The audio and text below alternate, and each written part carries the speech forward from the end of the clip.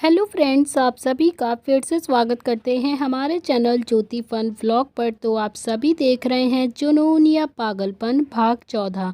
इससे पहले इस कहानी के 13 भाग अपलोड हो चुके हैं चैनल पर। प्लीज़ आप सभी लोग वो भाग ज़रूर पढ़ लीजिएगा।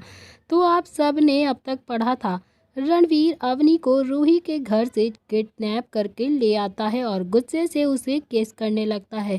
तो अवनी अपने दोनों ही गाल फुला लेती है और बोलती है कि आप ऐसे तो हमें जान बोलते रहते हैं, मगर हम आपकी जान नहीं हैं, क्योंकि आप ऐसे फोर्सफुली हमें किस कर रहे थे। आप झूठ बोलते हैं। अब देखते हैं आगे। रणवीर अवनी के गाल पर हाथ रखकर बोला, हम झूठ नहीं बोल रहे हैं जान। याद करिए हमने क्या कहा था कि आप अपनी दोस्त से मिल सकती हैं, पर हमने ये नहीं कहा था कि आप वहाँ पर रुक सकती हैं। रणवीर का जवाब सुनकर अवनी उसे घूर कर देखने लगती है, पर उसने महसूस किया कि रणवीर के हाथ अवनी की कमर पर चल रहा था। दरअसल हुआ ये था कि उठकर बैठने की वजह से अवनी की शर्ट थोड़ी सी ऊपर हो गई थी, जिस वजह से उसकी कमर साफ नजर आने लगी थी। रणवीर की ये हरकत अवनी की हालत खराब कर रही थी। उसकी धड़कनें बढ़ने लगी थी और उसने अपनी आंखें बिंच ली और फिर थोड़ी धीमी आवाज में बोली, रणवीर आप ये क्या कर रहे हैं? छोड़िए हमें। अवनी पर अपना इतनी जल्दी से असर देख उसके चेहरे पर शातिर भाव आ गए थे और उसका चेहरा लास्ट से भर गया था, मानो अभी अवनी को पूरी तरह से अपना बना लेगा। वो अपनी मैग्नेटिक आवाज में बोला, ये पनिशमेंट है आपकी, इसीलिए आप हमें नहीं रोकेंगी। बिल्कुल भी नहीं जान, बट आई प्रॉमिस कि हम कुछ भी गलत नहीं करेंगे आपके साथ। अवनी को समझना मुश्किल था, क्योंकि उसने रूही से कहा था कि उसके और रणवीर के बीच कुछ भी नहीं है, पर यहाँ तो सब कुछ उल्टा हो रहा था। रणवीर के पास होने से उसे फर्क पड़ रहा था, पर उसने रणवीर की बात का कोई भी जवाब नहीं दिया, बस हाँ में अपना सिर हिला दिया, क्योंकि रणवीर का ये एहसास उसे भी बहुत ही ज़्यादा अच्छा लग रहा था। रणवीर ने उसकी हाँ सुनी तो उसके एक ही पल में वेट नहीं हुआ और उसने उसे फिर से एक बार किस करना शुरू कर दिया, पर ये किस काफ़ी ज़्यादा सॉफ्ट थी, जो अवनी को राहत दे रही थी। रणवीर अवनी को किस करते करते सीट पर लेट गया। वो सीट बेड जितनी बड़ी तो नहीं थी, पर वो दोनों वहाँ काफ़ी ज़्यादा कंफर्टेबल थे। अवनी नीचे थी तो रणवीर उसके ऊपर था। उनकी किस एक पल के लिए भी नहीं रुकी। वो लगातार एक दूसरे को डीप किस करने लगे थे और उस किस में रणवीर बस अपना प्यार दिखा रहा था। किस के साथ साथ उसके हाथ अवनी की बॉडी पर चलने लगे थे, जिससे अवनी भी बहुत ही ज़्यादा सिरह उठी थी। उसके पेट में तितलियां उड़ने लगी थी। शर्म से उसका चेहरा एकदम लाल हो गया था। अवनी की आंखें बंद थी, पर रणवीर की आंखें खुली हुई थी। अवनी पर अपना असर देखकर वो भी बहुत ही ज़्यादा वाइल्ड होने लगा था। उसने अपनी किस को और भी ज़्यादा डीप कर दिया, मानो वो अवनी को अपना बनाना ही चाहता हो। रणवीर के हाथ जब किस के साथ साथ अवनी के शर्ट के बटन खोलने में लगे हुए थे, तो अवनी ने भी अपने हाथ रणवीर के गाल में डाल दिए। तभी फिर जिसे वो चाहती हो कि रणवीर आगे बढ़े, रणवीर ने अवनी की शर्ट के ऊपर के 3 बटन खोल दिए, जिससे कि उसकी कॉलर बोन साफ नजर आ रहा था, जिस वजह से वो छोटा सा दिल जो रणवीर को एक्साइटमेंट कर रहा था, उसका दिल अब आगे बढ़ने को कर रहा था। तभी रणवीर भी बिना देरी किए अवनी को प्यार करने लगा और उसने अपने सख्त होंठ अवनी की नेक पर रख दिए। इसके साथ ही रणवीर का हाथ भी आगे बढ़ने लगा और वो कमर को सहलाते हुए आगे बढ़ रहा था। हाथों की मूवमेंट के साथ ही रणवीर ने अवनी के कॉलर बोन को बाइट कर लिया, वहीं जहां उसने सुबह बाइट किया था, जिस वजह से अवनी की चीख निकल गई और उसी वक्त रणवीर के हाथ भी उसके सीने पर पहुंच गए। तभी रणवीर की चुभन महसूस कर अवनी अपनी आंखें खोलती है और रणवीर का हाथ वहीं पर रोक देती है, जहां इस वक्त उसका हाथ उसके सीने पर था। तभी रणवीर ने महसूस किया कि अवनी रुक गई है, तो उसने भी अपना चेहरा बाहर निकाला और अपनी इंटेंस नज़रों से अवनी को देखने लगा। तो अवनी ने रणवीर को ऐसे देखा मानो उसने क्या कर दिया हो, और वो उसका हाथ बाहर निकाल कर बोली, रणवीर आप ये क्या कर रहे हैं? हम तैयार नहीं हैं इसके लिए। तभी रणवीर उसके सवाल करते हुए पर क्यों? कुछ देर पहले तो आप हमारा साथ दे रही थी ना, फिर अब क्यों? तो क्या तुम्हें डर लग रहा है? अवनी उसे समझने के लहजे में बोलती है कि गलत है रणवीर, क्योंकि आपका और मेरा भी कोई भी रिलेशन नहीं है जो हम आपके साथ ये सब करें। आपको कोई हक नहीं है मेरे करीब आने का। हमने दिया आपका साथ, पर ये हमारी गलती थी। उसने इतना ही कहा था और वो उठकर बैठ गई तो उसने अपनी हालत ठीक की और गाड़ी से बाहर की तरफ जाने लगी। रणवीर को कोई भी होश नहीं था कि अभी अभी जो भी उसने अवनी के साथ कहा या अवनी ने उसे कहा तो वो क्यों कहा। उसके दिल और दिमाग में अवनी की कही हुई सारी बातें गूंज रही थी। वो इस तरह से गुम हो गया था कि उसे पता भी नहीं चला कि अवनी वहाँ से जा रही है। तभी रणवीर की हालत जैसे आसमान भी बयां कर रहा हो, जिसने अपना रुख ही बदल दिया हो। अवनी गाड़ी से उतरते ही वहां चारों तरफ तूफान छा गया था, तो आसमान में काले बादल आ गए थे, तेज हवाएं चलने लगी थी। ये बेमौसम तूफान दोनों के दिलों को समझ रहा हो, जैसे जो अचानक ही बदल गया हो। जहां एक तरफ रणवीर था जो अपने प्यार के लिए कुछ भी कर सकता था, तो वहीं आज अनजाने में ही उसने अपने प्यार को चोट पहुंचा दिया हो। वहीं दूसरी तरफ अवनी, जिसकी जिंदगी आज तक दुखों से ही भरी हुई थी, पर आज उसकी लाइफ ने अलग ही मोड़ ले लिया था, जहां उसे टूट कर चाहने वाला कोई और मिल गया था जो अपनी जान से भी ज़्यादा उससे प्यार करता था, पर वो यकीन नहीं कर पा रही थी उस पर। अवनी जो बाहर आई, उसकी आंखों से लगातार आंसू बहने लगे थे। वो बस वहां से जाना चाहती थी। उसने अपना एक कदम आगे बढ़ाया, वैसे ही आसमान से एक जोरदार बिजली कड़की। बिजली की आवाज़ से अवनी ने अपने कदम वहीं पर रोक दिए और उसका दिल में काफ़ी ज़्यादा उलझन मचने लगी। एक ऐसी फीलिंग्स थी जो वो एक्सेप्ट नहीं कर पा रही थी। रणवीर का उसके करीब आना उसे अच्छा लगता था, पर पता नहीं क्यों डर की वजह से वो सब कुछ भूल जाती थी। उस डर के आगे वो अपनी फीलिंग्स भी नहीं समझ पाती थी। वहीं गाड़ी में बैठा रणवीर, जो बिजली की आवाज़ से होश में आया और अवनी को देखने लगा, पर वो वहाँ पर नहीं थी। उसने इधर उधर देखा तो अवनी उसे गाड़ी के बाहर खड़ी हुई दिखाई दी, जो अपने कानों पर हाथ रखे खड़ी हुई थी। अवनी को देख रणवीर बिना देर किए हुए बाहर आया और अवनी की तरफ बढ़ गया। उसने उसके कंधे को पकड़ा और अपनी तरफ खींच लिया, तो अवनी भी काफ़ी ज़्यादा डरी हुई थी। रणवीर ने उसे कसकर गले लगा लिया, इतना कस के कि अगर उसने थोड़ा सा भी दूर किया ना तो उससे जुदा नहीं हो पाएगी। अवनी, जो अभी थोड़ा सा रो रही थी, वो रणवीर की बाहों में जाकर फूट फूट कर रोने लगी। अवनी का रोना देख रणवीर का दिल मानो टुकड़े टुकड़े हो रहा हो। रो रो कर अवनी ने अपनी हालत खराब कर ली थी और उसने रणवीर की कॉलर पकड़ी हुई थी और अपना चेहरा रणवीर के सीने में छुपाया हुआ था। उन दोनों के दिल इस तरह से टूट रहे थे मानो तूफान बाहर नहीं बल्कि उनके अंदर चल रहा हो। उसका रोना देख रणवीर ने एक ही बात कही, I am sorry, I am sorry, I am sorry. वो लगातार बस सॉरी ही बोल रहा था। आज तक रणवीर ने किसी को भी सॉरी नहीं कहा था। इस बात से पता लगाया जा सकता था कि वो उससे अपने दिल और जान से प्यार करता था, जो सॉरी के ज़रिए अपनी गलती एक्सेप्ट कर रहा था। करीबन 15 मिनट तक उसने सॉरी कहा। अब तक अवनी भी रोना बंद कर चुकी थी, पर वो सुबक सुबक कर रो रही थी। रणवीर भी फिर से सॉरी बोलने को हुआ ही था कि अवनी ने अपना हाथ रणवीर के मुंह पर रख दिया और उसने रणवीर को बिना देखे ही कहा, प्लीज़ सॉरी बोलना बंद करिए आप। मुझे नहीं अच्छा लगता कि आप हमें सॉरी बोलें। आपकी गलती नहीं है, पर हम उस वक्त कुछ भी समझने की हालत में नहीं थे और ना ही अब हैं। वो रुकी और अपनी गीली आंखों से रणवीर की तरफ देखने लगी। उसका चेहरा रोने की वजह से लाल पड़ चुका था। ज़्यादा देर रोने की वजह से उसकी आंखें भी सूज गई थी, पर उन आंखों में अभी भी पानी ही था। रणवीर ने अवनी को इस हालत में देखा तो उसका दिल अंदर ही अंदर हजारों टुकड़े हो चुका था। रणवीर ने अवनी को देख उसके गालों से उसके आंसुओं को साफ किया और उसकी आंखों में देखा और प्यार से कहा, जान, आई नो कि आपके लिए ये सब कुछ अजीब है, पर हमने जो भी किया ना उसके बारे में आपको सोचने की कोई ज़रूरत नहीं है। वो हमारी फीलिंग्स थी, जिसके लिए हम आपको फोर्स नहीं करेंगे कि आप भी हमें एक्सेप्ट करो।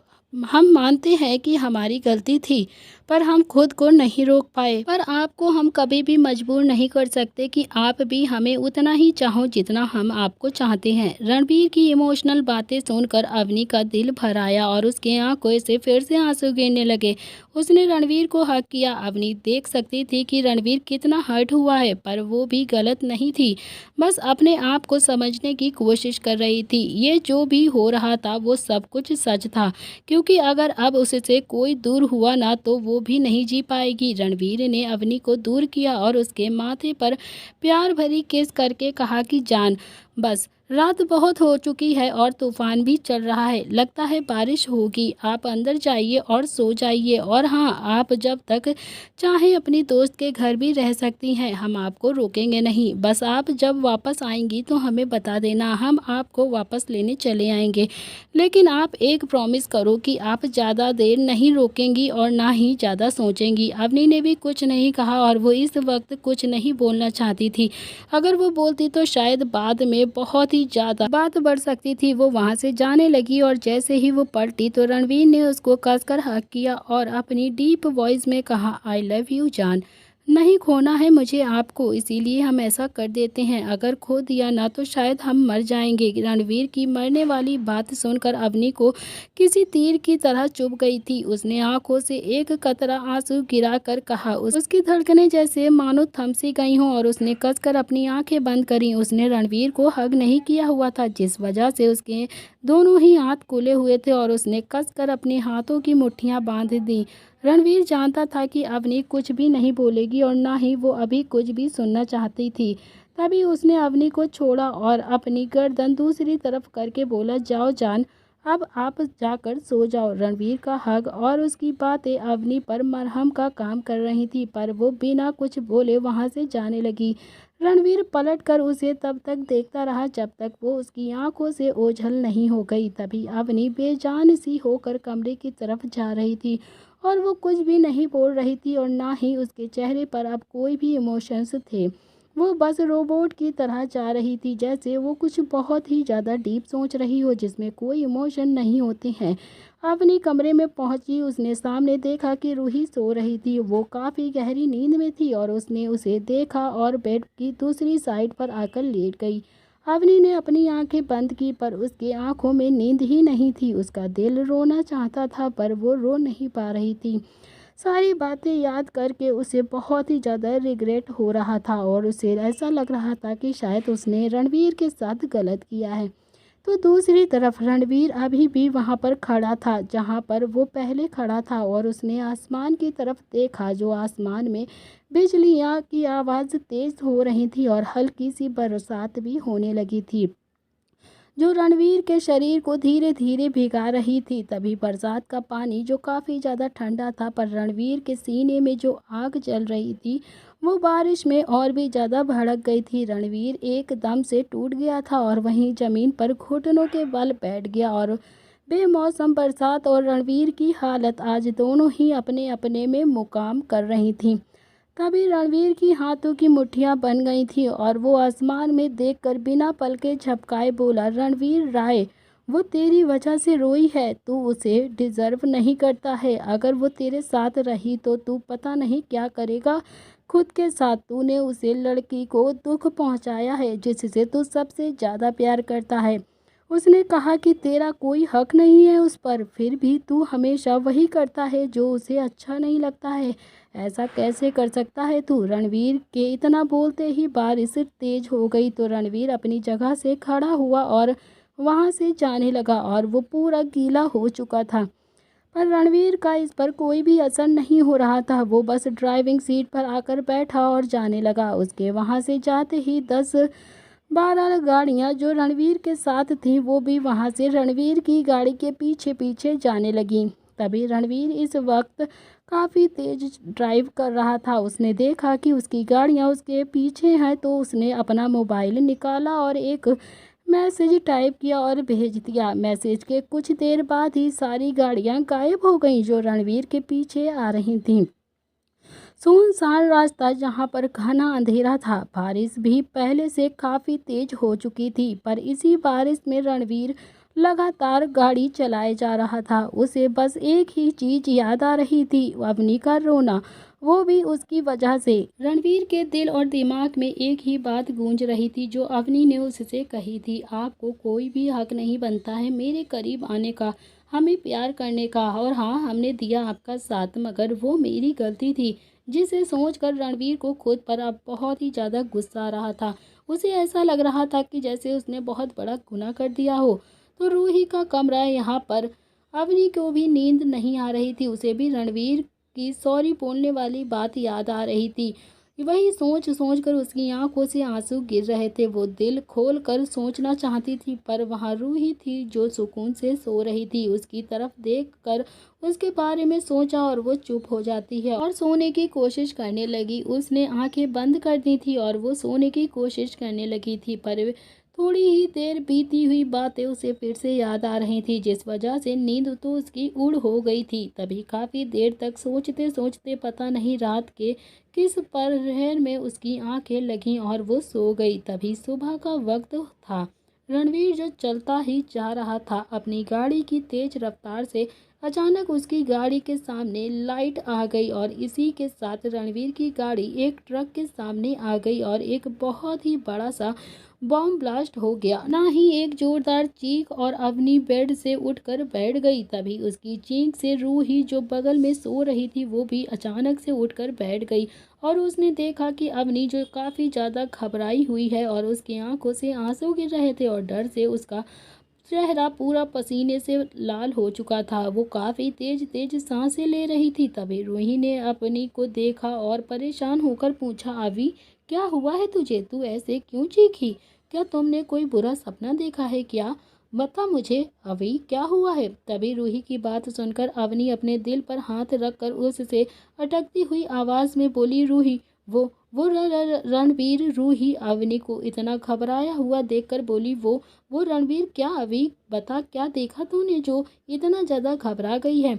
अवनी रूही के गले लग गई और रोते हुए बोली, रूही मैंने देखा कि रणवीर की गाड़ी के सामने एक ट्रक आ गया है और उनकी गाड़ी में बॉम्ब ब्लास्ट हो गया है। मुझे बहुत ही ज़्यादा घबराहट हो रही है। वो ठीक तो होंगे ना? उन्हें कुछ हुआ तो नहीं होगा ना? रूही अवनी की पीठ को सहलाकर उसे शांत करते हुए बोली, कुछ नहीं हुआ होगा अभी, तूने एक बुरा सपना देखा है बस, और कुछ भी नहीं, सब कुछ ठीक है और वो बिल्कुल ठीक होंगे। अवनी उसे देखकर मासूमियत से बोली कि तू सच बोल रही है ना रूही, उन्हें कुछ भी नहीं हुआ है ना?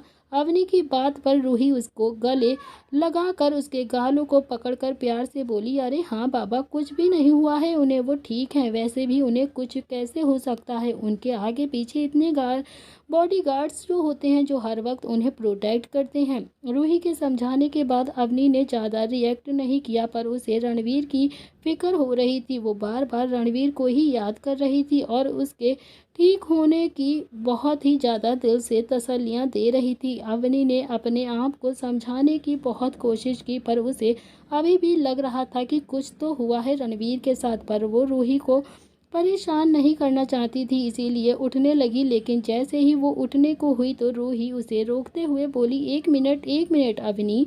कन्फ्यूजन से उसे देखने लगी पर जैसे ही उसने रूही की नज़र का पीछा किया तो समझ में आया कि वो क्या कह रही थी। उसके गाल शर्म से लाल हो गए थे। अवनी अपनी नजरें चुरा कर बोली, वो रूही। ये उसकी हिचकिचाहट को देखकर रूही उसे टीज करते हुए बोली, ओहो लव बाइट, हाँ पर तू तो उनसे प्यार ही नहीं करती, फिर भी ये कहा से आ गया बोल। अवनी को काफ़ी शर्म आ रही थी और वो सोचने लगे कि वो क्या जवाब दे रूही को। अवनी बेड से उठी और रूही से बोली, वो रूही क्या है ना कि मुझे ना इस नाइट ड्रेस की आदत नहीं है, इसीलिए शायद रैशेस हो गए हैं। रूही उसे कंधे से पकड़कर अपने सामने खड़ा करते हुए उसे घूरने लगी तो रूही अपनी आंखें बड़ी कर कर अवनी से बोली, देख अभी तो झूठ मत बोल, क्योंकि मुझे अच्छे से पता है कि ये कोई रैशेस नहीं है, ये लव बाइट है जो साफ दिख रहे हैं। रूही का घूरना देख अवनी ने रूही से शर्माते हुए जवाब दिया, हाँ ये वही है जो तू सोच रही है। पर रूही को तो उसकी बात से एकदम सदमे सी लग रही थी। वो अपनी आंखें और मुंह बड़ा कर कर बोली, पर क्या अभी? और ये कब आए, क्योंकि कल से तो तू मेरे साथ ही थी ना, मैंने तो नहीं देखा था तब। रूही की कन्फ्यूज़न देख अवनी ने उसे बेड पर बैठाया और अपनी नज़रें नीचे करके जवाब दिया, वो इसीलिए रूही कि कल जब मैं आई तो निशान हल्के थे जो मैंने मेकअप से छुपा दिए थे, पर रात को जब रणवीर मुझे उठाकर ले गए थे और मेरे साथ अवनी की बातों से रूही एकदम चीख पड़ी। क्या कल मिस्टर रॉय तुझे उठाकर ले गए थे और मुझे पता भी नहीं चला, और तूने भी मुझे नहीं बताया? अवनी उसे देखकर अपनी आंखें छोटी करके बोली, रूही तू चिल्ला क्यों रही है? अवनी का चिल्लाना सुन रूही भी चिढ़ते हुए बोली, चिल्लाऊं तो नहीं तो क्या करूं? तूने तो मुझे बताया ही नहीं, तूने बात ही ऐसी की है। तू मुझे साफ साफ बता कि एक्चुअली क्या हुआ था, क्योंकि मुझे तेरा चेहरा भी उतरा हुआ दिख रहा था और तेरी आंखें भी सूजी हैं जैसे ही तू रोई हो। रूही की बात पर अवनी ने गहरी सांस ली और फिर अपनी आंखें बंद कर उसे कल रात उसके साथ और रणवीर के बीच जो कुछ भी हुआ था सारी बातें बता दी, और उसने ये भी बता दिया कि आखिर उसने रणवीर को क्या क्या कहा था। अपनी बात पूरी करने के बाद उसकी आंखों में आंसू आ गए, तो वहीं रूही को वो बिना देखे बोली, मैं उन्हें हर्ट नहीं करना चाहती थी रूही। रूही उसकी हालत समझ रही थी, पर उसकी गलती पर अवनी के चेहरे को अपने हाथ में भरकर बोली, देख अवनी, मैंने हमेशा से तेरा भला ही चाहा है। मुझे तेरी आंखों में प्यार साफ साफ नज़र आता है रणवीर राय के लिए। अभी वो बहुत ही प्यार करते हैं तुमसे, और ये बात ना मुझे तुमको बताने की ज़रूरत नहीं है, तू अच्छे से जानती है। फिर क्यों अपने आप को तू रोक रखती है? रूही की बात सुनकर अवनी उसे देखकर इमोशनल होकर बोली, हाँ जानती हूँ कि वो मुझे बहुत प्यार करते हैं मुझसे, और शायद मैं भी उनको पसंद करने लगी हूँ, पर मैं अभी इसके लिए रेडी नहीं हूँ।